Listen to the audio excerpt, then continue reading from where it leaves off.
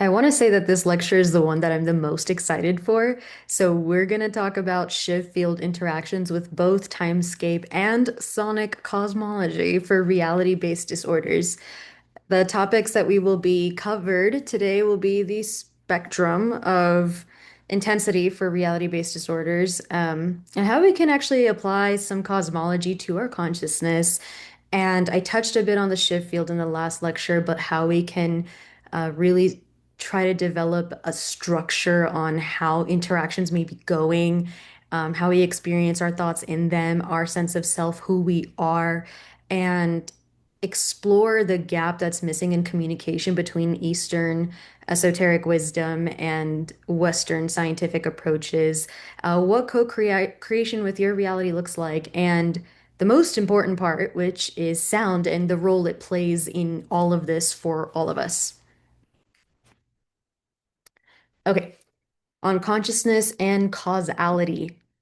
So, a few lectures ago, I spoke about the sacred geometry of the Sri Yantra, which touches on how time is dependent on space. So, if you remember that these three concentric circles represent the past, present, and future, so linear time, and the square represents space.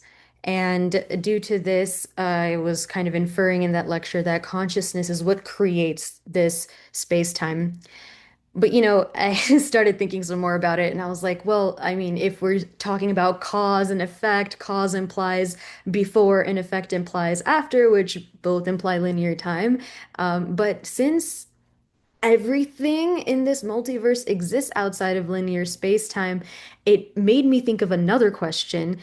Could it be that space-time and consciousness co-emerge? That one didn't really cause the other, they just happened together?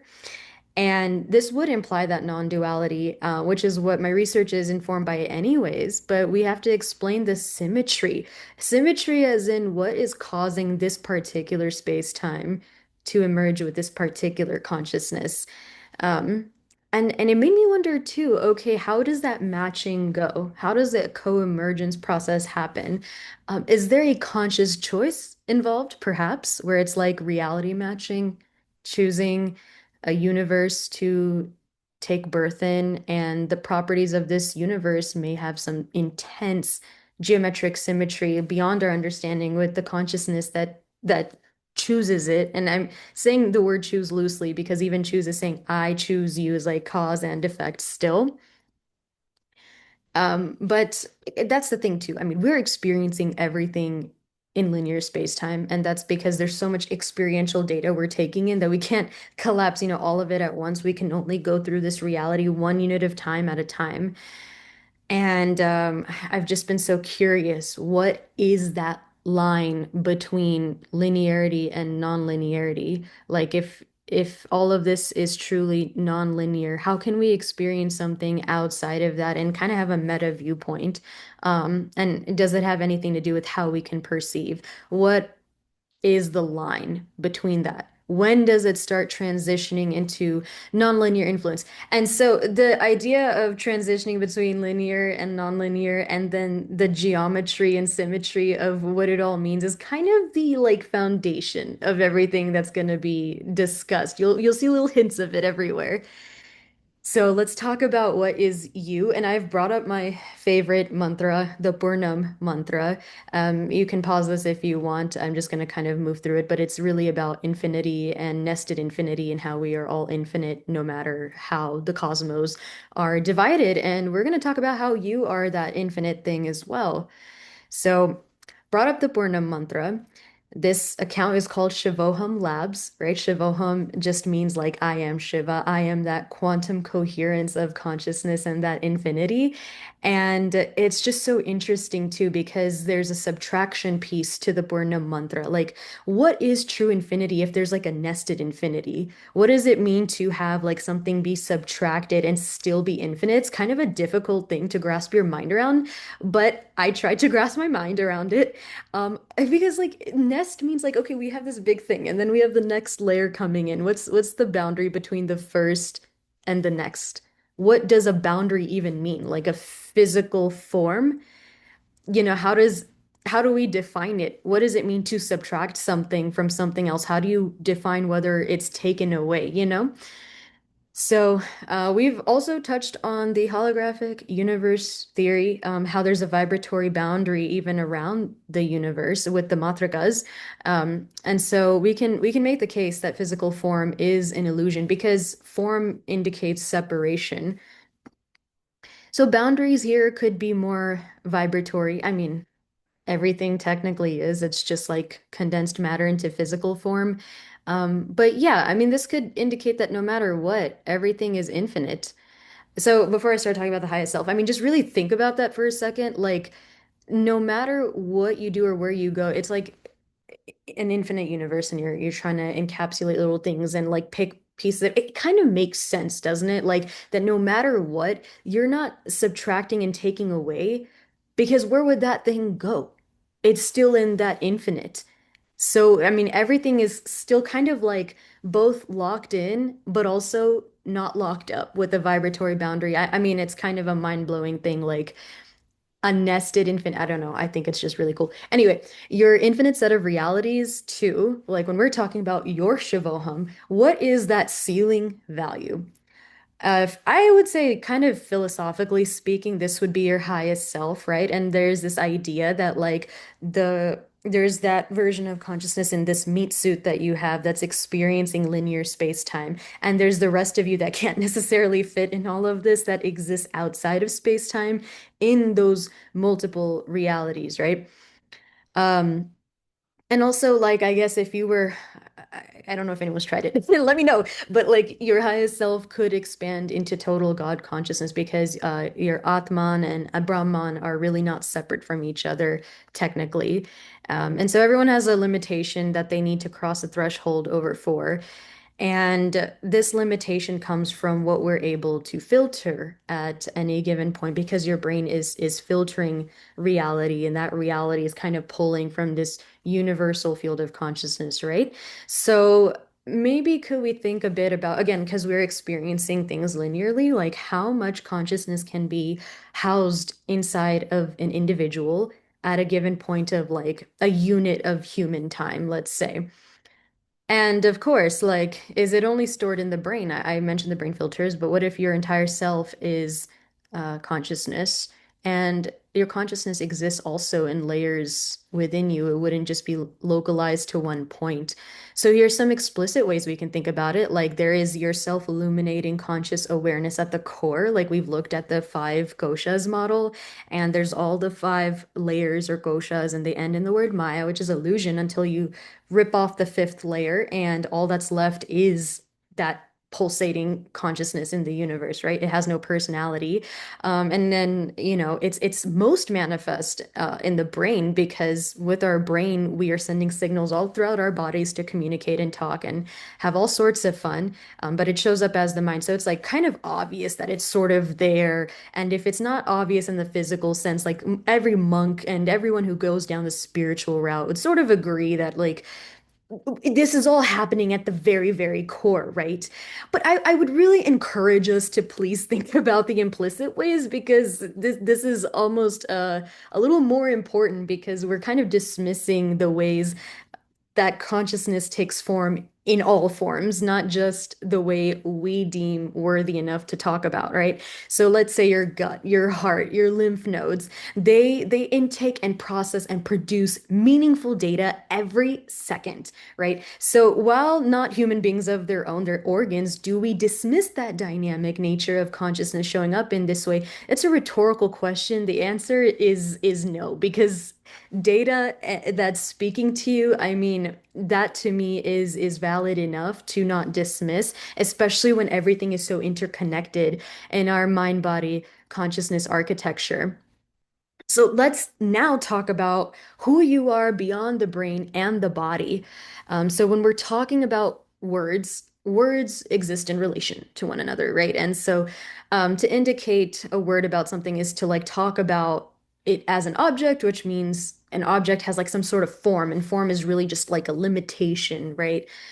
So if I am using the word soul, um, Again, if you don't like that word, that's okay. You can just think of it as consciousness that's like a fractal subset from the universal set, whatever makes you feel better. But because we're using a word for this, is there an inclination on what the soul has wants to hold on to? Um, can we also have vibratory boundaries the same way we talked about with the matrikas and the holographic universe having a vibratory boundary? Um, is there that limitation for us too?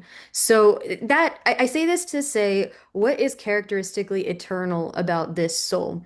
Like, why are you the soul of what is inside of you, or the consciousness of what's inside of you and not somebody else? Where's the cutoff? I mean, and you have to be really mindful about this, okay? Because we are gonna hit this in other other later points in the slides, but we have to think about this because we need to know what are certain things that are going to stay within us. Because in the end, I mean, I don't know, trillion to the power of trillion years when it's going to happen. I don't really have the clock or an alarm set for that on my iPhone, but there's like a creation and a dissolution of the cosmos, right? It's not just like this Big Bang thing that's happening. We're kind of arising from this field, right? And there's an idea too in a lot of mystic cultures of like coming back and reincarnating, and there's like some data that's like cached every single time. That's like kind of giving a trajectory for it until, we all become one and totally dissolve into this cosmic grid once again. Um, so with that being said, why, what is something that's going to kind of stay? And I'm bringing this up again to discuss how there is a cap at the what you're achieve in this lifetime, and that cap is going to kind of be like your highest self. So anyway, yeah, well, I discussed this already. Is personality truly, does it fit? Where does it fit in when we talk about the soul? Is it a soul inclination to like have a tendency to do things? Is it one of the forms a soul can take?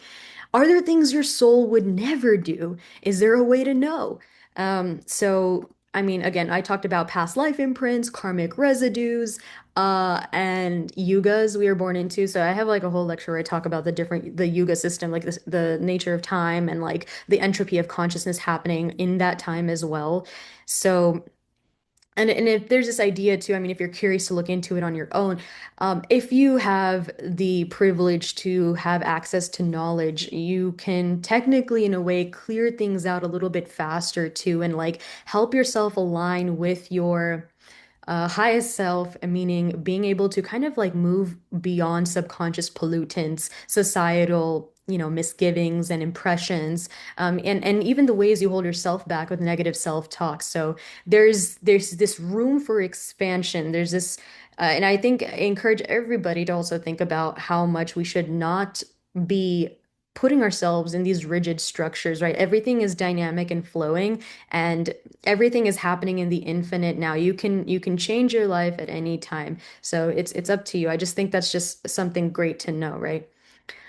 Now, with that being said, we've talked a little bit about the boundary, a little bit about being in outer space, how fun. So let's talk about how those two clash. How do they interact, right? Um, so we have this reality. Okay, we have co-emerged with space-time. We are consciousness with it, right? And well, we're not the only ones here, so they say. There are other vessels of consciousness that exist. That's kind of a cool term for human beings, but anything that's like conscious, which is everything, vessels are just, the form, right? So you think about like the friends and everyone else that's in here, and then there's like this interaction. You have this like a little bit of a locus of control, yeah? So I'm also thinking about other vessels of consciousness that don't necessarily quite meet the sentience of human standards, and they don't have that kind of self-awareness. I think that's what makes us, it's the double-edged sword of being a human being, right? Like you know so much, but at the same time, you overthink with it, right? There, and then we'll talk about the inefficiencies of that and why that's a problem later. But what happens to things that have like a lower dimension of awareness, right? I'm thinking of plants and animals that exist in this universe. Anything else, right? Outside of human beings, since we think we are the best. Well, What I have to say about this is the more awareness the vessel of consciousness or the observer has in space-time, in this reality, the higher the probability of having a higher percentage of that reality being in conscious control by them. So I want you to sit with that for a second because the more self-aware you are, the more you are, like, think about what that does. Self and aware. So you know of yourself existing. And by knowing the self, you are going to be aware of things like your ability to discern and see, touch, smell, taste. And those kind of are a form of like the power you can have in reality and how you are ingesting this reality. And so if you can tap into awareness at higher and higher levels, you have more conscious control in a greater percentage of your reality. Like you should really be trying to max that aspect of yourself out. And and that's what you want, right? You don't want life to be happening to you. You want to be in kind of this intimate relationship with space-time. So, yeah, I mean, when you're more like you're more aware, you have a say in how space-time is arranged, which is brilliant. So think about this. Numbing yourself entirely would mean to take away the gift of awareness. So you are left with this high intelligence and the functionality of a vessel of consciousness. To be human is to be powerful, right? So that's the thing where it gets really dangerous because we're both really powerful, but if we don't realize that, you become a bit more easier to control, right? Because you are not just a vessel, but you are a conduit, let's say. So you can help construct space-time itself. Think about how there could be maybe an incentive here from anyone to use you and to take your awareness away from you. So, a good idea when interacting with your reality. If there's anything that puts you into numbness, scarcity, fear, helplessness, loss of hope, or motivation, you must ask yourself, and this is a great question for anything, who benefits? So, in this situation, who benefits from your state of consciousness being in a place where you're numb, you're afraid, you don't helpless, and loss of hope and motivation means like, why even try? And then numbing yourself out to kind of make everything feel easier. I totally understand that. Many people all around the world understand that. So it's really great. Let's understand together. And also, let's do something about it too. Yeah, like we don't want to really stick this way because we have a lot of issues in this world, and it's we have a consciousness problem on planet Earth, and we need to understand why it feels like that numbness is taking place. Like we can do more. We can really have more out of this life, right? So when we think about who benefits, um, the deeper thing I would like to do is think about how thoughts interact with the Shiv field, right? And the Shiv field is like this conscious, like quantum consciousness, vibratory informational field that is underneath everything and postulating it's under the Higgs field as well. It's from everything arising, and it's kind of like something we can technically not measure because it turns into physical form. So this is not meant to really be that, right? Um, and I would like to talk about applying some sort of structure here because we keep talking in circles, I notice, when it comes to like wellness and health and even sometimes spirituality. I feel like we gotta blend things together. So let's talk about the term attractor basin. In physics and gravitational terms, it is a point in space where, due to the mass of what is in this basin, another or other objects will, excuse me, gravitate towards it at a physical level. So, I mean, like kind of seeing that everything sort of pulls from this shift field, right? Like, what can we say about this when it comes to consciousness? Because we do get affected by it and vibrating at a certain frequency, which is a term I'm sure you guys have constantly heard of. Um, your vibration is kind of like the state of awareness your consciousness is at right now. And frequency would be like, I would say, would you say maybe like the average? Like, what is that consistent default mode of your vibration? So, vibrating at a certain frequency means your brain's attractor landscape has stabilized in a particular basin. So that attractor governs the types of thoughts likely to enter the awareness, right? Because like if there's a state of being you are here and like, this is the field and you kind of took it down, then like there's things that can kind of like whirlpool around this and get attracted to it. So, and then also we can maybe think about just jumping to different basins, right? Like, how did we get here? Can we move? Are we stuck forever? Rhetorical question. No, there's no such thing as being stuck forever. If you jump into a different basin via LSD, meditation, trauma, it can be great things. It can be horrible things. You can kind of like pick up different thoughts. Like you're kind of like signaling a little bit. You're like a tuning fork, and you're kind of just moving around in this field. And there's other structural pieces to think about, right? Like difficulties, right? Because we want to stay in the positive realm, not on toxic positivity terms, but like, we want to do well generally, right? Okay, so what could be some difficulties? Resistance, conscious or unconscious. We have resistance to thoughts all the time, right? Like, how can we move around these fields and get the experiences that we want from our reality? But what is resistance in this field? So resistance would mean going against flow.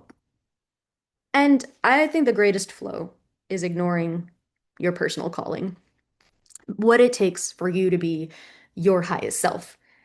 And every time you do that, I mean, you can even think about this in your personal life. You will likely feel just so, frustrated. I mean, it's really depressing. It's really depressing. My life before doing all of this was just like acne was through the roof, constantly sick, like all sorts of psychosomatic disorders. And it just manifests. It's like brain fog, it's gut health being horrible. And there's minor resistance as well, like kind of ignoring things that are natural to your soul and what you want. And when I say what you want, I know it indicates desire, and we've talked about this before. Desire is not inherently bad when it's coming from the ego. Again, I wouldn't even call that bad. It's just something that like, do you want to be stuck in cycles? Whereas like a soul's desire is a form of nourishment that can help liberate you. So when we have resistance and we keep applying it, we create distortions to an otherwise smooth set of lines. And I'm in this field, I'm thinking of it as a bunch of like grid lines. I'm sure it's a lot more sophisticated than that, but I don't have the ability to go in and find out. And there could be waves that ripple out too as a result of this, and they all kind of affect each other. And even gaining knowledge on this is not fully possible because anything you observe is still decohered. Like rats, no way. Like this is just like you just get hit with the wall, you know what I mean? Like every time. So like if everything you're kind of taking a look at is still in the decohered state and you can never reach like full total coherence because that would mean having an observer and means there's a subject and object, which means there's still a separation, which is a form of decoherence. What do we do? Because they call this the hard problem of consciousness, but there's like you can understand that if your reality and you co-emerge at the same time, there is a language you guys likely speak that has kind of caused you guys to come together. People don't kind of like drop off at this point because it sounds too magical, but magic is just unexplained science, right? And the observer effect could be applied here that like the way things in reality take form to you have to do with the language you speak and how it speaks back to you. Like there's no separation between you and what's in front of you. If someone else is able to relate to what you're seeing in your reality, it's not because that reality was necessarily fully objective, but because there was a shared frequency in how that gets taken in. Um, Anyway, accepting that we'll never know full coherence is a little frustrating. So, what could we do? And when we say what could we do, we want to think of like what best serves us. We want to think in terms of optimization. What mindset serves us? We would want something that better serves us, and better serving us is something positive because you're relaxed. You're not going to overthink. You're going to just let it be. And you have bigger fish to fry. When you have something positive, you have this assumption of trust that things are going to work out, right? What happens when we don't have this knowledge about ourselves, which is kind of the case for many people around the world? What happens when you don't really know who you are? And I don't just mean like, hey, my name is this and that. I have this hair. I go to this school. I like this ice cream.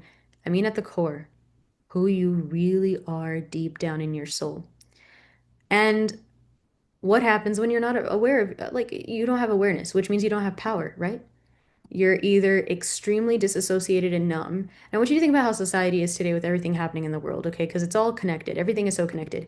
So I see personally an extreme of these two. You're either extremely dissociated and numb, totally shut off, um, or extremely dysregulated, super involved, with extreme energetic mismatching. What I mean by extreme energetic mismatching is this like hyper obsession with everything that is going wrong in the world and never being able to have any joy in your life. And I feel that, I mean, I haven't ever been at that extreme, but what I can say from personal experience is that it comes from a little bit of guilt. It also comes from not like feeling like you are mission driven in your own way. And we do not have to be perfectionist about this. We don't have to be like spotlight affecting ourselves. Like your purpose is valuable in whichever way it shows up in, because you are valuable.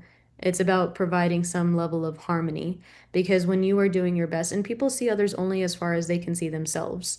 And people's ability to take care of themselves is usually directly linked with how well they can take care of others.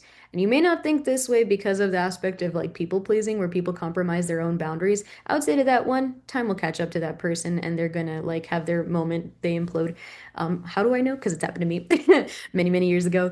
And two, it could, some people say it could be like a form of manipulation where like you are kind of like doing a disservice to the person because they don't totally know that like you're feeling a particular type of way, right? So we get ourselves involved in all of these things all in an attempt to like really want it's earnest effort. I say that people really want to like look good.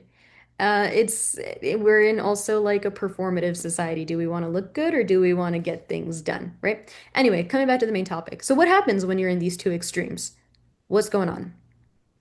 Well, with the assumption that your brain is filtering the Shiv field, maybe we can retrace our steps by one, before our minds and bodies get impacted with this type of dysregulation. What's going on in the um, like before it manifests as thoughts, before it manifests as our state of being and actions and our words and speech. So, what about the filters themselves for the brain, filtering the Shiv field, right? What is going on there? Let's because that's like the pausing point before it's here. There's something here.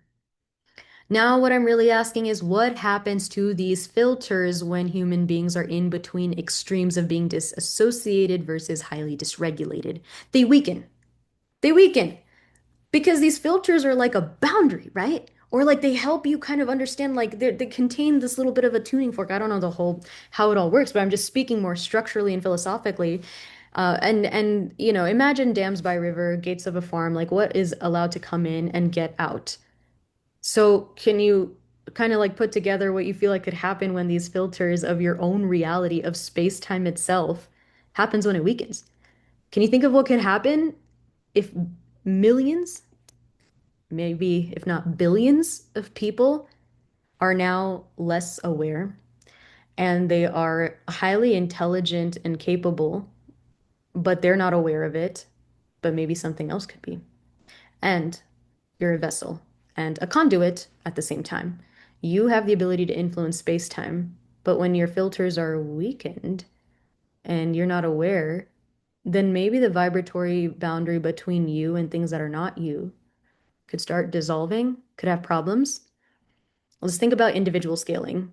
You lose a sense of connection with yourself, which leads to you not really knowing who you are outside of placing a self-concept, your self-concept in everything except yourself, which means looking like, you know, for validation, asking for permission for things all the time. If you don't believe in your own consciousness security system, like it's got a cybersecurity setup, you will allow anything external to influence what comes within, even unconsciously. And a lot of times we are made to believe that what we do is not good enough. I mean, the more egotistical I think like a career can be, the more there's like this power move, this play, and it's so dictated by like how other pieces are moving on a chessboard rather than just kind of the piece of being within. So, at a collective scale, there's a disband from believing we are all one. There's increased division, which causes all sorts of problems around the world. And when I say this, like, just because we are all one, like at the core, philosophical truth, we are all one.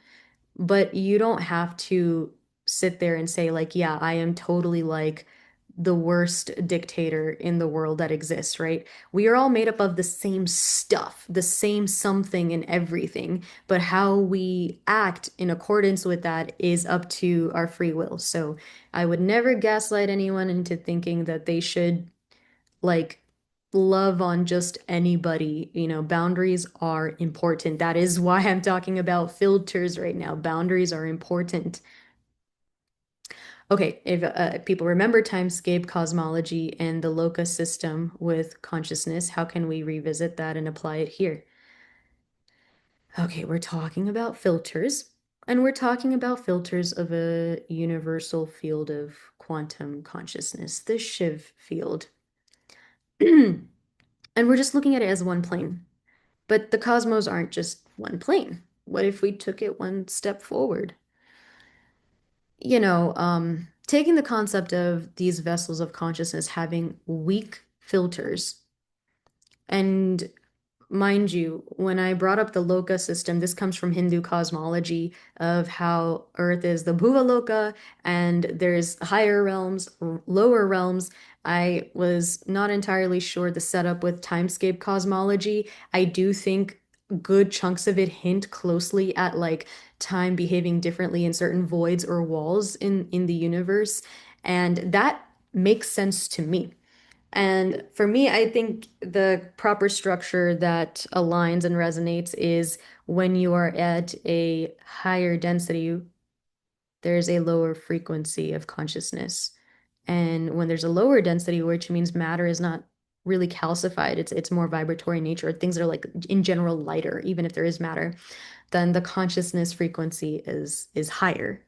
So somewhere in this realm with that inversely proportional relationship, we exist. And then combine that with the fact that everything in the cosmos, no matter where you go, is conscious because everything arises from the shift field. And I am rooting for panpsychism, which says that everything is conscious, right? So also the way we see reality and how it emerges, eventually it starts creating complex forms, and eventually these complex forms have higher dimensions themselves. Like we are three-dimensional, and not every 3D object has self-awareness, but it's the grounds for the potential, the minimum number of dimensions needed, I would say, to have conscious awareness, which is us. So if that is happening in whatever location in the cosmos where we're here, if we are a complex creation, can we not perhaps entertain the fact that this is likely happening in other parts of the cosmos as well, higher and lower when it comes to density? Well, lower density, higher density down here. Well, could this indicate that other pockets of density would have their own vessels of consciousness? Why not? Why not? And could this indicate that there's a spectrum of intelligence that these vessels of consciousness would take on, right? Where they could maybe even become self-aware. Okay. And then based on that, they have concepts of pain, joy, suffering, pleasure. Why? Because when you're self-aware, the concept of self, saying I, now there's an experience involved because you're separating I from like the object. And there's different ways you will feel affected. And this could be that spectrum of experience, right? And once you have concepts of emotions, don't you think there'd be a motivation? Like now there's a differentiation. I know joy because I know what suffering is. I know pleasure because I know what pain is. And I know one of these two things is something I don't like. And there's something I do like. And everybody wants to get to the thing that they do like. So could these vessels of consciousness in different pockets of density in the cosmos have that motivation to move around? Right, in other parts of the cosmos and try to maybe get more of that joy and get maybe like a step further when it comes to their own sense of experiencing space-time. So remember, all of these vessels pull from the Shiv field, arising from and dissolving back.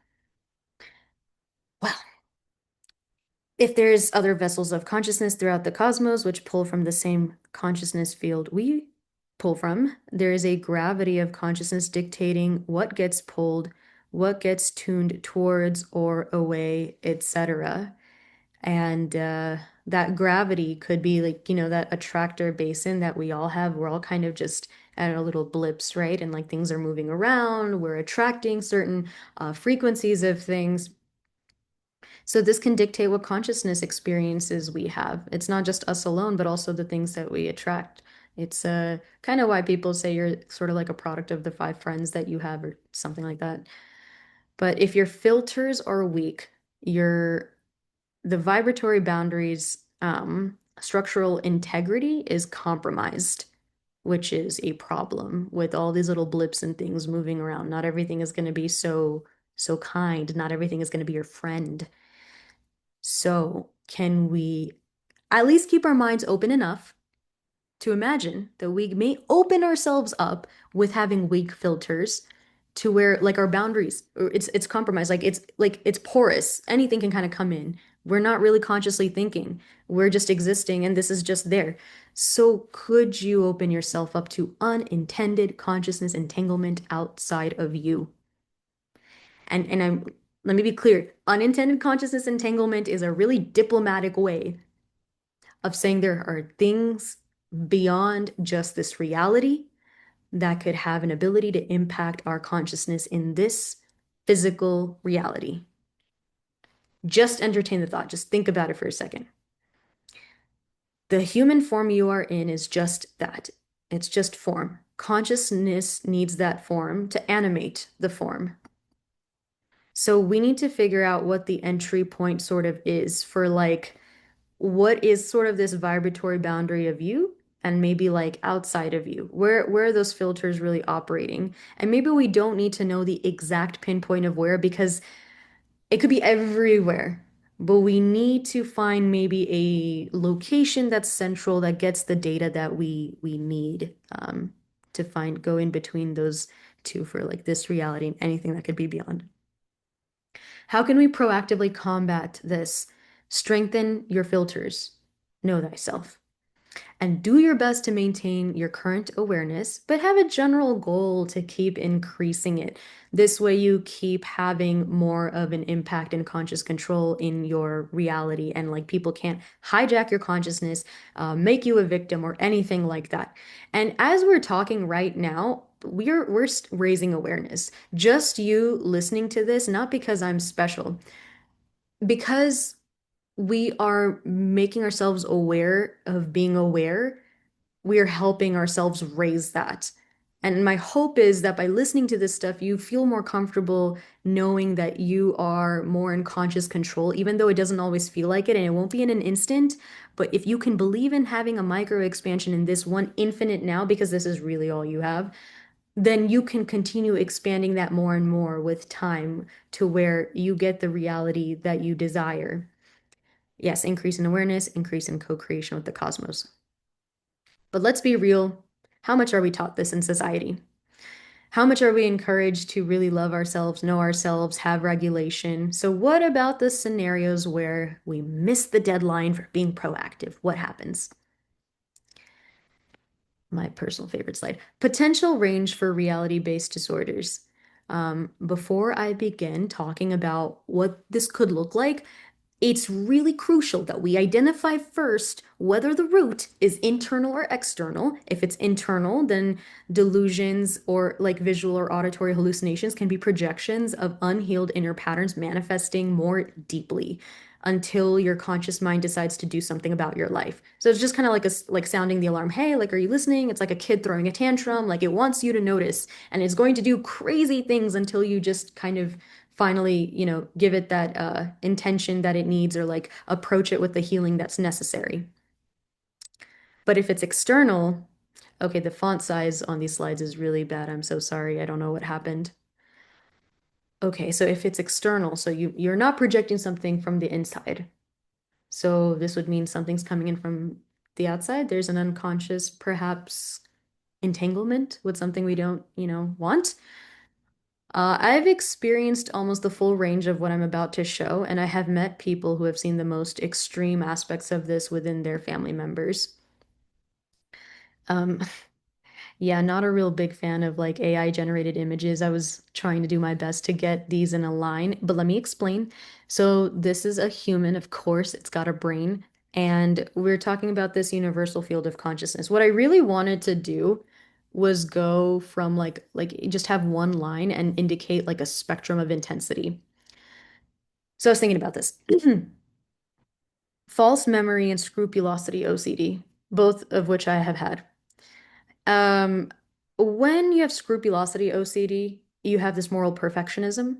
You have this desire to overconfess. You have this desire to tell everyone every thought that you're having. You have this desire to punish yourself for every bad thought. When you have false memory, you feel like if someone tells you a little bit of a different story than what happened, you lose your mind. I don't know if anyone's gone through it. It's hell. It's hell, isn't it? When you have that going on, what's what's at a deeper level happening? You have to ask yourself, why don't I know for sure about myself? I mean, can we really be sure about anything? I know we can't. But people are able to move like they're sure, and some are not able to. Well, I mean, actually, it's kind of intellectually brilliant because you're tapped into a great cosmic truth by knowing there's nothing for certain. But that's not pragmatic, and it's not good for your health. You need boundaries. And when you have some of these OCD symptoms and issues, your self-concept is weak, but not in a way that's empowering, in the sense of dissolving the ego and connecting with the soul. It's dissolving the ego and then having a disconnect from the soul at the same time, which leaves you in this darkness. Okay, so we can move to MPD-DID. Personally, I don't have experience with this. If someone would like to chime in and give their offering, I would love to learn more and help with that. But schizophrenia, what I've seen in people experiencing multiple different realities, talking to things that aren't there, especially paranoid schizophrenia, which is really, it seems really terrifying. I have not gone through it. I have had some schizoaffective symptoms, but it really feels like you're not always here and you're entangled with things that maybe are outside of what other people are able to see, if it's external.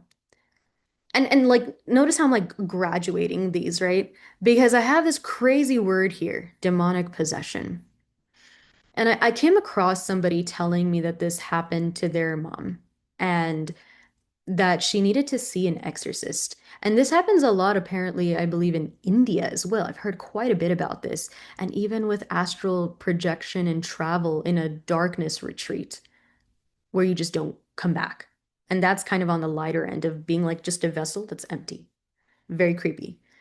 And then you're a vessel that is like replaced with your consciousness by something else from another vessel that like is able to kind of use you as a vehicle to have more of an involvement in space-time. Well, actually, you know what? This makes me wonder if that's kind of the reason why hell realms are so hellish. You don't have that kind of control. So of course you would want to move up. Yeah, that is kind of fascinating. Yeah, so I mean, it can go up until demonic possession. And this is a real issue that's happening for people, right? Like if someone needs an exorcist and this lady comes back and she has lost a good chunk of her cognitive abilities, that had a real impact on the brain. A permanent, well, seemingly permanent damage.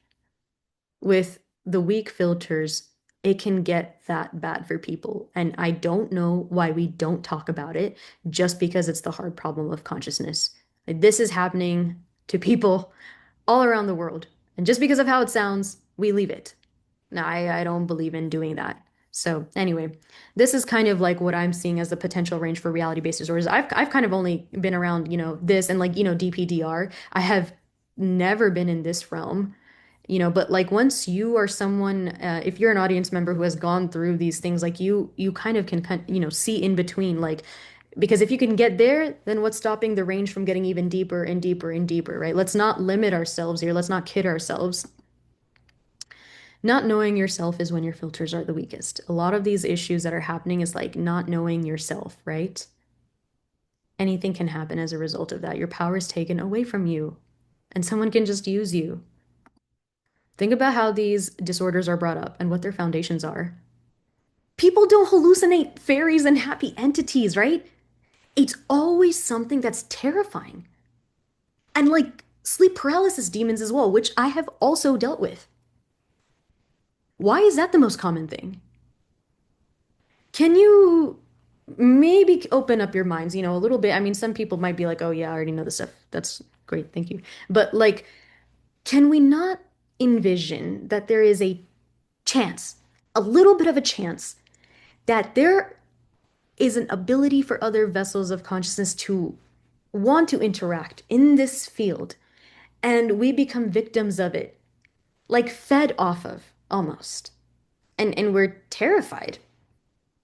We're not going to see like the happiest things. I mean, there are greater things that can exist that are better that we just don't have access to seeing. But these darker things really are common. And we have to start asking why. Why is the default something negative? The easier access, weaker filters allows darker, lower dimensional vessels of consciousness to be able to entangle more easily with your vessel when you're weaker. Okay. And it's not to give the toxic mentality to constantly think positive and like that it's your fault that things are happening. But we do need to do a little bit of a root cause as to why something external can come so easily to us. And entities, vessels of consciousness, whatever you want to call them, may be resonance sensitive algorithms or vibrational attractors. Filters that are damaged, underdeveloped, or fragmented emit incoherent signatures, and these may be detected as entry points. Your filters can become entry points for something else, right? If, again, this is an external thing happening. So we need to strengthen our filters. Constant focus on negativity can strengthen this signal as well. And I know people don't mean to do this, but formalizing some sort of philosophical structure like this can help us sort of reverse engineer how this is happening at scales that sometimes seem to put, okay, I shouldn't have used the word shame, sorry, but like, I mean, there's a limitation with Western psychiatry, right? And there's also a communication issue on the Eastern Hemisphere side as well. It's kind of so abstract. It's just, it's okay, that's great. We talk about it. It's philosophical, it's cool, but what are we going to do? Because we need to apply this to help people, right? Not just meditate, but to heal. So I'm going to talk about addressing a new way to treat reality-based disorders. All right, considering we live in a reality where we only encourage and exercise utilization of the left side of the brain for our definition of what's being smart, productive, being worthy in society, how much we value ourselves, we experience a mismanaged pipelining of energy. It's like a lot of data is just here, and the left side of the brain is going to do what the left side of the brain does and computes and processes in the way it does. But when that data is meant to go to the heart or the gut or whatever, and we don't know how to become embodied, we're quite disembodied. Let's be honest with ourselves. A lot of everything just happens. It's very cerebral, and we think that's enough. But we get into overthinking rather than just being, which is a huge problem, right? Okay, so to find a new way to treat reality-based disorders, we need a force that's going to treat it, and then we need a tool to implement and integrate this force, right? The force that I talked about in my last lecture was love, right? Working with the heart. Love decompresses misrouted data by bathing it in coherence. Actually, having coherence could be a way of strengthening things. Yeah, it reopens blocked filters and reroutes what can be misprocessed. It's the force that knows which part of the vessel should handle which part of the field. How fascinating and how fun. Because my first therapist in 2019 said, with my diagnosis of CPTSD, that what really helps the most, even outside of just therapy, is a transformational relationship that helps you see another way of being. And that is a form of love. It doesn't have to look just one way. And if you haven't caught up, watch my most recent lecture on that. Not to mention, love just feels good. You want to be happy, you want to be healthy, and that makes life better. Duh. Now for the tool. So let's talk about higher dimensional tools and limitations. So, if you remember, I was scrambling to find connections with shift particles, which are going to be metaphorically functional at best. And Very complex. And that's why I came in here with that sonic cosmology because I'm back to the drawing board. I spent a lot of time thinking. That's why it took a little longer to post this one out because I don't want to overcomplicate the problem. And I don't really care about sounding smart, honestly. And, science and experimentation is just as much about working with intelligence that's present here as much as it is about maybe developing novel methodologies, right? So let's bring it back and say that, a general manifest form that consciousness can take is experience. It's not a physical form. It's still a form, though, in its own way, because form indicates limitation, and we don't experience everything. We have a limited experience of the entire cosmos. But the general manifest form consciousness takes is experience. What is something that is beyond math and science, meaning a tool that contains the intelligence of math and science, but also includes experience? So, meaning it has an aspect of consciousness to it. I am bringing this up because if you remember our friend Frederick Fagan bringing up that consciousness is what creates math and science. So how are you going to explain more with less? How are you going to use the tools to like ex that consciousness created to explain the thing that's in a greater dimension than it? And I was like, that's a fun cop out. I don't have to do math and science, but no, it's still necessary because we need it for some intersections. Can you think of something that contains the power of math and science and includes the manifest form of consciousness? It's music. Music can follow math. It does. Actually, not can, it does follow math. So it should be perfect, right? Then why don't we like all music? By this logic, we every genre should be amazing to us because we're following the beauty of math and science, really like physics at play, right? Why do some people hate country but love EDM or love R&B but hate drill rap? They could all be following the same key signature and the same timing, and you'll still choose one over the other. Why is that? Experience. The genre has an experience. We could say a new genre is a new reality because a new reality is a new experience. Music is the most efficient, and when I say efficient, it means meaning least effortful and conscious requirement, most controllable in terms of variability because it's not so like out there. For using the power of consciousness alone, what does that mean? So we need something that has a bit of form, but this has consciousness attached to it. And I like this better because it doesn't reintroduce a brand new particle that's metaphysical, and then you got to do all this tracking and where it goes. That's so complex. We don't need all that. So, directions for a sonic cosmology and vibratory medicine. Why we're still in circles. There's an illusion of separation from the cosmos. And we're really still viewing it as something outside of us. And when we talk about how we're part of the cosmos, when we say, oh, like your star stuff, like yeah, okay, we physically know this. It's purely physical, but you still don't feel really connected, right? Like maybe it's metaphorical, maybe it's poetic, and you enjoy it, but I mean, you're still talking about it as like something you're observing and not something you're a part of. And that is what happens when you talk about things in a purely physical sense, just like with matter. We don't legitimize that we could be sharing a mind with the cosmos. Our consciousness, if you remember the Purna mantra, that which is infinite, when you pull from that, what you pull is infinite. And even when you subtract from that infinite, only infinite remains. We are sharing a mind. Like this isn't something just kind of like magical, right? It's so sensible, at least to me. So when we don't legitimize that we're sharing a mind, we kind of keep separating things in terms of matter. We're only looking at organs. We're only looking at things from like a formed perspective rather than a cosmological perspective. So the core issue is defining a physical linear point because cosmological stuff gets nonlinear. But we're trying to help people, right? So we need to find that point, okay, where we can have measurement, observation, replication, and isolation.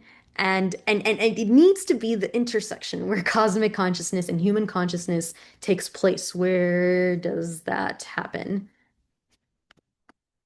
Pitfalls. Yeah. Yeah, interconnectedness of everything makes it very difficult to isolate where it's going on and how to measure things. But we have to make a choice. So I've talked about directions we could go in, completely in the brain. You could go within the five kosha systems. I've brought up the Vinyaya Maya kosha because it's where the ego begins to dissolve and you start reaching like this spiritual bliss. But like, where are the vibratory boundaries for that? And can we even invade people like at a, okay, so if anyone's like studied computer science, like you also want to think of things at like a big O notation. You want to think of things in terms of like efficiency too. And yeah, with this method that I was kind of talking about before, I mean, it could work. But you're taking up like O of N space to do this huge diagnosis as extremely complex with for each individual. And we having to do it in those operations, like if you were theoretically to do it for 8 billion people, O of 8 billion is insane. You want to get a good form of space efficiency. Maybe see if you can make it O of 1, like constant space. And the work that you do takes up constant space and it can impact everybody too, all 8 billion people. Wouldn't that be nice? So, because we talked about the force of love in our last lecture and working with the heart, and I believe there's a lot of stuff out there about the heart projecting this electromagnetic field, um, and the fancy term for the diplomatic term, I guess the kids are calling it biofields these days. But this is where I am leaning on, where we can like kind of hit that center for a human being in a universal way. If you remember, Sponda is an original, that it's actually the OG like quanta of consciousness. It's just Sanskrit for like vibration. So distortions of Spanda in a super complex geometry, which is, beyond our understanding. We don't need to understand everything. We just need to understand enough to help us with the issues we have in society today. We just need to find the point of intersection. Where's that distortion of Spanda taking place? Coming back to like how we could be sharing a mind with the cosmos, right? Like if that's true, and your sponda is like your own consciousness has sponda, okay? It's like your breath rate, it's blood flow rate, your heart rate, it's cosmic microwave background radiation, it's everything, and it's all connected. And so, like, being this and part of this, it's lines that have distortions now because we have resistance, right? We come in with our own flaws and pollutants into this world, and we have so many disorders happening around the world and an over-identification with it too, overdiagnosis of everything. And we're sticking to these realities that don't belong to our highest selves, whether it's unconsciously, whether it's systemic issues. And of course, all must be addressed at once. But we need to also really get to the core, the root cause here, right? Like we can spend all day working on societal issues up over here. I'm trying to get into the cosmic zone, the consciousness zone, and understand that when things take form, there's like, you can think of it as like a beautiful ripple. But then if it starts moving kind of like this and it's up and down and there's all these issues, right? And we're just a blip in there, but we're part of that distortion that's happening. We should try to smooth out those lines. I have spoken about aberrations of consciousness, right? And how they take place for reality-based disorders. So smoothing out those lines is going to require seeing how, as a puzzle piece, do we fit in to the greater puzzle of the cosmos and what's around us? How are we, what direction of space-time, emergent space-time, and the shift field are we in? And how can we produce geom or harmony, and where can we like identify the geometry and the symmetry to get ourselves there? We need to figure out what can create that sense of coherence and smoothness. Illusion of absolute permanence. Yes, we talked about this. We often struggle with identifying with the disorder. And of course, like you must be informed about what's going on. Like it helps to have a term because you are aware and people must be tasked now with being universally aware of what these things mean. So you don't have to take forever to explain a phenomenon happening to you because there's enough overlap to create a term for it, right? And so I love that. It's great. And also, sometimes we put ourselves in a situation where we say we're permanently this way forever. And like there could be a difficult situation, extremely difficult, beyond understanding, which requires more rigor, time, attention, and research for resolution, but I really don't believe that it's impossible. Situations are nuanced, so I'm not trying to suggest a one size fits all model. We talked about the structure potentially of a chip field, but the elegant geometry of the entire cosmos may not ever be realized, and we have to consider limitations of our understanding, and limitations are physical in nature, so are our bodies, and as long as we're in these bodies, we hit limitations. However, the elegant geometry exists everywhere, and we just need to be able to sense where are these distortions happening. And biofields, like where it comes from the heart, could be that direct access entry. I'm saying also this because I've heard from Eastern mysticism that, like in Chinese medicine, that the heart is the emperor of the body of your health. And I've heard a lot about Akashic records being stored in the heart, a lot of God consciousness coming from the heart, like everything coming from the heart, that pulsation that's like keeping you going constantly, right? And if we are creating a field and generating it from there, then I guess, well, maybe you could say a denial of things that are coming from deep within your heart could, create these distortions and like aberrations in these lines, and we have to go out and find ways to smooth them out in a way that's like efficient. It's time to tune ourselves.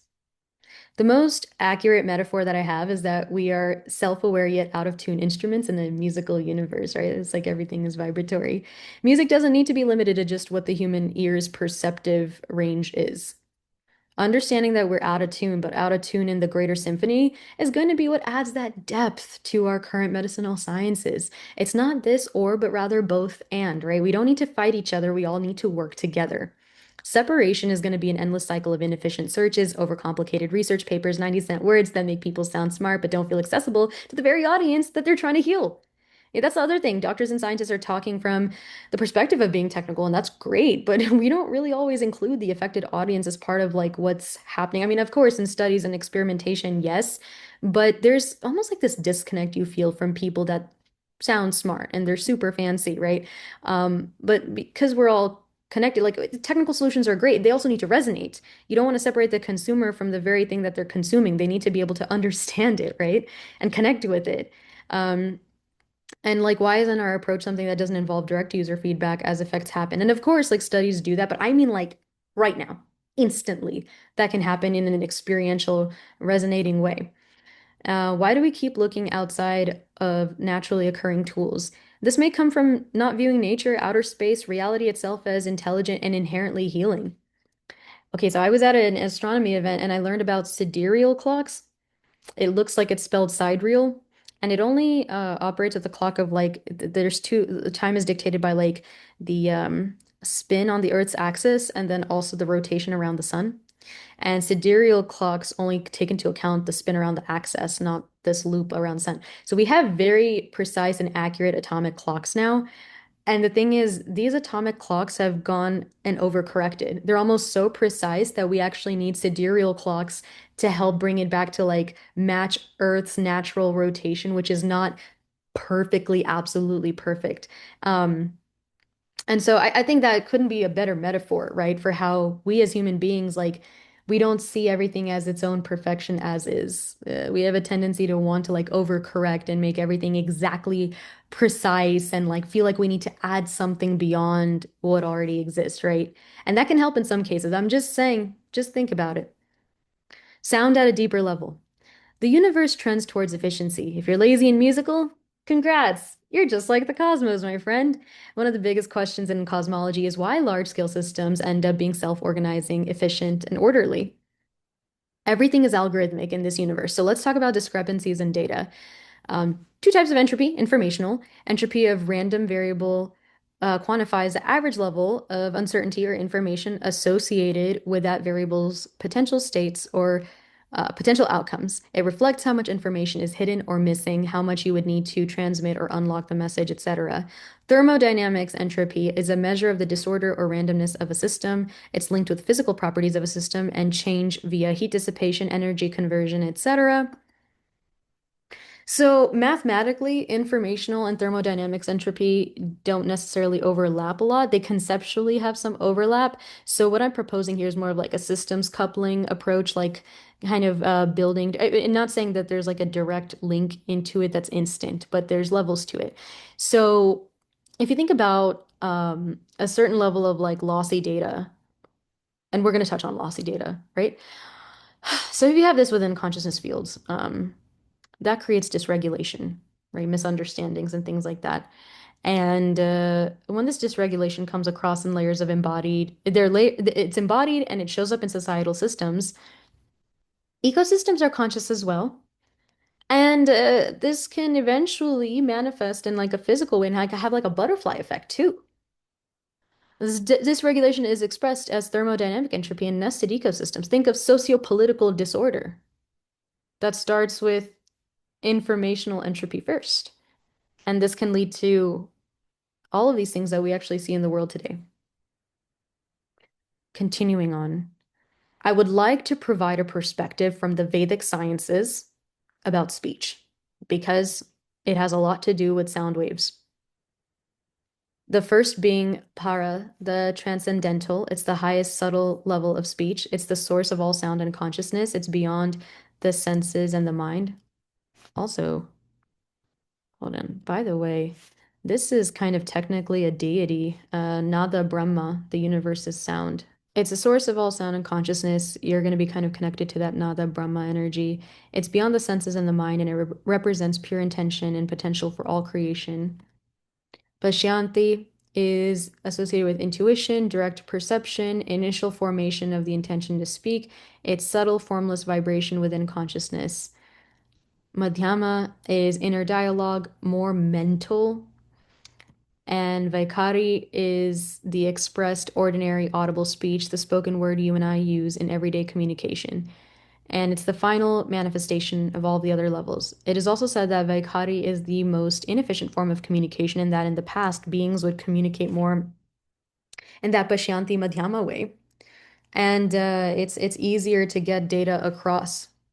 It's more efficient because you're not having a misunderstanding of things, right? Consider the following languages all around the world. There's lossy data in translation all the time. And I'm sure you guys have run into a situation where you say, oh, this is just funnier in this language. You would have to like know it. Or when you say it in my mother tongue, there's more love sounding to it. Or I can't really explain this in English, but you know? Like thought experiment. Just think about it. If you were to learn every language in the world, because you think about the different tonalities and people use different parts of their throat and like the roof and the tongue and the mouth and the everything and the breath, you might be close to this madhyama like inner dialogue or like the intention behind what people are saying because it turns into like a cultural essence, when you're understanding language and the way it's spoken. Like some languages sound kind of sweet, some of them sound ancient, some of them sound more sharp, some of them are more comedic.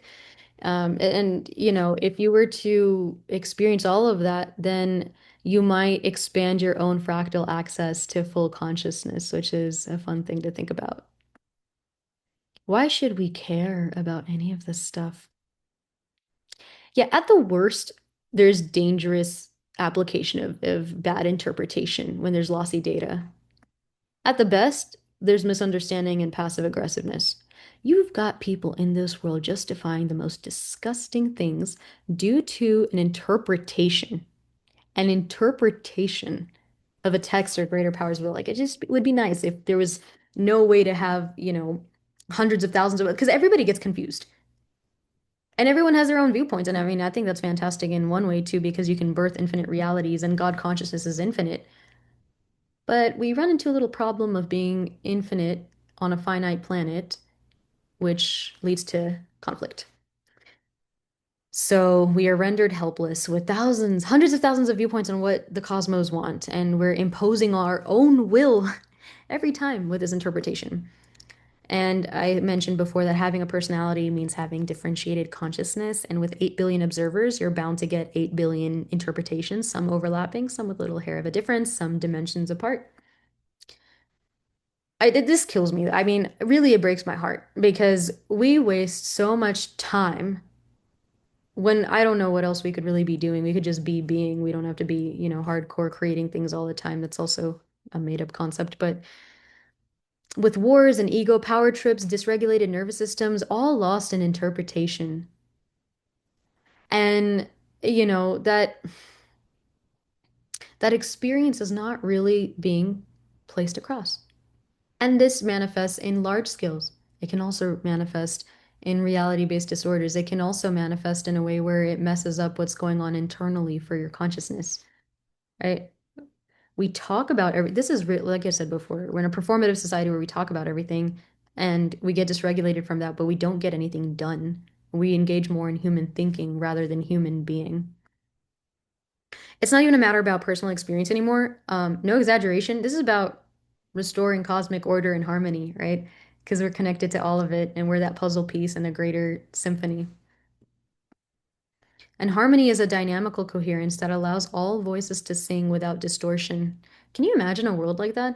Amazing. If the heart emanates an electromagnetic field that is God, cosmic divinity, God consciousness, could sound realign the topology of distortions in that field?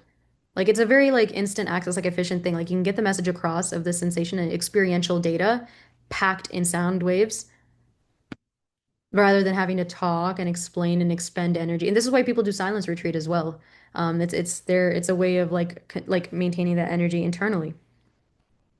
And maybe sound, I mean, and then if you listen to music too, you'll be like, "Oh wow, words could never explain this. It's just a feeling you get from hearing this music.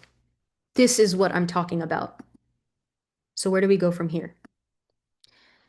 I decided that in addition to doing research here and trying to understand sonic cosmology, I would actually create an Instagram channel called Sonic Cosmology to apply this research and like study it and start the beginnings of how I can learn to help people and not like, we see music as just entertaining, which entertainment is great. But, it can be healing entertainment as well. It can birth new realities. I play the sitar. I've been playing it for a year and a half, and there's ragas that are categorized into times of day. Certain ragas are played at this time versus that time due to how they affect brain waves to align you with planetary and cosmic order, because it's a spiritual instrument. But if you would like a portion of a lecture devoted to explaining how it works, let me know. So, knowing everyone's default restoration value is tough, and it's not necessarily my job to figure that out because I am so uncomfortable doing that. Everyone deserves it is their birthright to know this DRV, but I can perhaps help in the tooling process. Another key thing. This knowledge is shared. It comes from ancient philosophers, monks, seers, sages, and oracles who knew about vibratory medicine, siddhis, mantra sciences, etc. So when I come in here, I'm not trying to say, hey, look what I figured out, right? Because we are all channeling this field. We're all filtering from the Shiv field. So this is shared knowledge. Really, the difference here is uh, how do we utilize what we know from this? Because you notice there's so many people who have like so many of the same disciplines, like the expertise and like the same thing. So like what really makes you stand out? It is your energy, it is your consciousness and how it interacts with this knowledge. And that's going to be what really helps you because in if we are made in the image of that infinite. And that thing is a creation, and we're creations that are creating, and that's a creator. We will be happiest when we create. We see this a lot too when we're like constantly consuming content, and we just like the more brain rot happens, right? And we're not really like actively involved. So creation is going to be key. This is the thing to be talking about. This is the most important thing in the universe right now. Creation, art, channeling, like your highest self is the future. It's a future you deserve to have a hand in. Everybody deserves this. And think about the utopia we can create if everybody taps into this. There's a validity. This is why I do this. This is why I write about this because I hope with some type of inductive or deductive reasoning, everything can be connected and make sense because I, there's definitely a convenient situation when you don't believe in your ability to create, you don't believe in yourself, and you don't strengthen your own filters. Okay? Think about who benefits from any negative thought that comes from like any positive thing I'm saying. Like if you have a rebuttal, think about one, who said that, and then two, who benefits from you feeling and thinking this way. Not to mention that creation itself can help with aberrations of consciousness, of smoothing out those lines with vibratory medicine, ultimately establishing coherence in the cosmos. Guys, being your best self will save the universe. Like, isn't that great? Thank you so much for listening. If there's one thing I want people to take away, it's just feel within that the real truth is your dreams coming true. Like that's the truth, the magic of it all. And the lie and the illusion is misery and suffering. And, we know that it's happening around the world. And if it's not happening to us, then we have an opportunity here to do great things. And it's not a sin to enjoy the little pockets of greatness that come along in life and have that joy because you doing that affects the field and it can expand it. So please find your joy, find your sound, find your inner creator. And I'll see you in the next one. Thank you.